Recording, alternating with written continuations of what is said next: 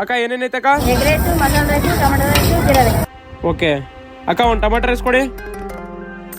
ಅಣ್ಣ ಸ್ವಲ್ಪ ಅಡ್ಡ ತೆಗಿ. ಏನೈತಿ? ಏಯ್, ನನ್ಗೆ ಟಚ್ ಮಾಡ್ತೀಯ ಎಲ್ಲೇ? ಅಣ್ಣ ಏನಾಯ್ತಣ್ಣ? ನೀನೇನು ನಿನ್ ಯೋಗ್ಯತೆ ಏನು? ನನ್ನ ಬಟ್ಟೆಗೆ ಟಚ್ ಮಾಡ್ತೀಯ ನೀನು? ಅಣ್ಣ ನನ್ ಕೈ ಕ್ಲೀನ್ ಆಗೇ ಇದೆ ಅಣ್ಣ, ನೋಡ್ರಣ್ಣ. ಲೇ, ಎಲ್ಲಿ ನೀನ್ ನನಗೆ ಎದುರು ಮಾತಾಡ್ತೀಯಾ? ನಿಂದು ಫುಟ್ಬಾಲ್ ಬದುಕು ನಿಂದು, ನನಗೆ ಬಂದ ಎದುರು ಮಾತಾಡ್ತೀಯಾ?